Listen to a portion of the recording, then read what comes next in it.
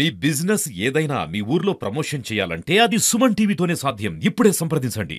మీరు 30 పడకల ఆసుపత్రి పోతుంది 13 కోట్ల రూపాయలు, అది పెద్ద మ్యాటర్ కాదు. కానీ మనం ఈ రోజు నిర్మించే నిర్మాణాలు నేషనల్ పబ్లిక్ హెల్త్ స్టాండర్డ్స్ ప్రకారం 3.5 ఎకరాల్లో కట్టాలా, 34 గుంటల్లో కట్టాలా. అంటే ప్రజలకు అమాయకులు, వాళ్ళకు ఈ పాలసీ మ్యాటర్స్ అనేది తెలివై. ఈ పాలసీ మ్యాటర్స్ తెలివై కాబట్టే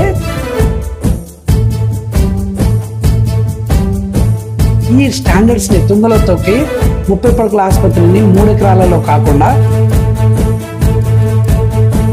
సో దీని వెనకాల ఉన్నటువంటి కుట్రకోణాన్ని ఖచ్చితంగా నేను ఛేదించి ఆ 30 పడకల ఆసుపత్రిని ఆ 3 ఎకరాలలో. అందరికీ నమస్తే. కొత్తగూడలో శాంక్షన్ అయినటువంటి 30 పడకల ఆసుపత్రిని నేషనల్ పబ్లిక్ హెల్త్ స్టాండర్డ్స్ ప్రకారం 3.5 ఎకరాల్లో కట్టాలా, 34 గుంటల్లో కట్టాలా. ఇది చాలా పెద్ద సందేహం అన్నమాట. అయితే గ్రామ తీర్మానం అనేది చెల్లుబాటు కాదు దానికి. ఎందుకంటే ప్రజలకు అమాయకులు, వాళ్ళకు ఈ పాలసీ మ్యాటర్స్ అనేది తెలివై.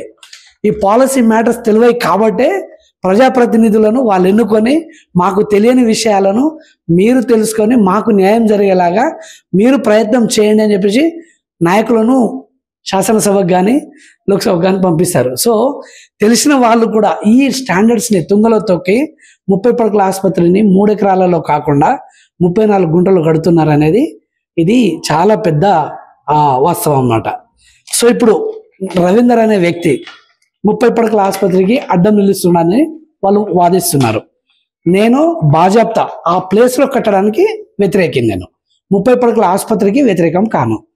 ఇంకొక కూడా మాటిస్తున్నాను, కొత్తగూడ ప్రజలే కాదు, ఈ గోదావరి పరివాహక ప్రాంతమైనటువంటి ఆదివాసీలు, గిరిజనులు ఎక్కువగా ఉండే ప్రజలకి 100 పడకల క్యాన్సర్ హాస్పిటల్ని నేనే స్వయంగా నా యొక్క ఫండ్ తోటి అమెరికా నుండి ఆస్ట్రేలియాలో ఉన్నటువంటి నా దోస్తులతోటి ఎన్ని వందల కోట్ల రూపాయలు ఖర్చు అయినా కానీ ఇక్కడ ఉన్నటువంటి ఆదివాసీ గిరిజనుల కోసం 100 పడకల క్యాన్సర్ ఇన్స్టిట్యూట్ని నిర్మించాలనేది నా యొక్క చిరకాల కోరిక.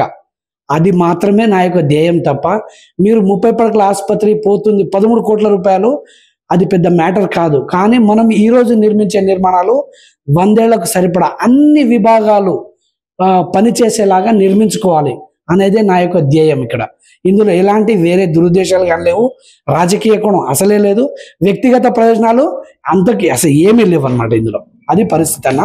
సో నేనేమంటున్నానంటే ఇండియన్ పబ్లిక్ హెల్త్ స్టాండర్డ్ ఇప్పుడు నేను తీసుకోపోయారు. మీరు ఎన్ని చేసినా కానీ నా శాయశక్తుల ప్రయత్నం చేసి ఆ 3 ఎకరాల సేకరణ జరిగినటువంటి స్థలంలోనే ఆసుపత్రి నిర్మాణం జరిగేలా ఈ ఇండియన్ పబ్లిక్ హెల్త్ స్టాండర్డ్ క్రైటీరియాని దృష్టిలో పెట్టుకొని ఇదైతే ఎలా ఉందో అలాగే నిర్మాణం జరిగేలా నేను ఎంతవరకైనా వెళ్ళడానికి సిద్ధం, వెళ్తాను కూడా.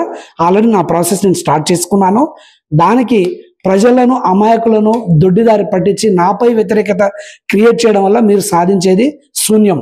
నాకెందుకంటే ప్రజల్లో నా మీద విశ్వాసం ఉంది. 4 సంవత్సరాలు సర్వీస్ చేసిన, చిన్నప్పుడు కూడా నేను పెరిగిన వాతావరణం అది. సో ఆ ప్రజలకు నేను ఎంత నిజాయితీ పరునో నేను ఇప్పటికీ కూడా చెప్తున్నా.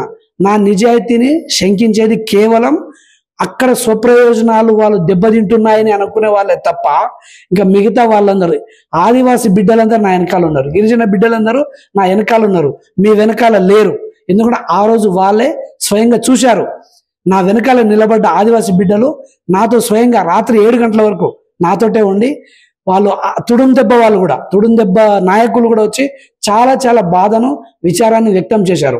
సో దీని వెనకాల ఉన్నటువంటి కుట్రకోణాన్ని ఖచ్చితంగా నేను ఛేదించి ఆ 30 పడకల ఆసుపత్రిని ఆ 3 ఎకరాలలో నిర్మించే విధంగా నా ప్రాణ ఊపిరి ఉన్నంత వరకు నేను ప్రయత్నం చేస్తానన్న.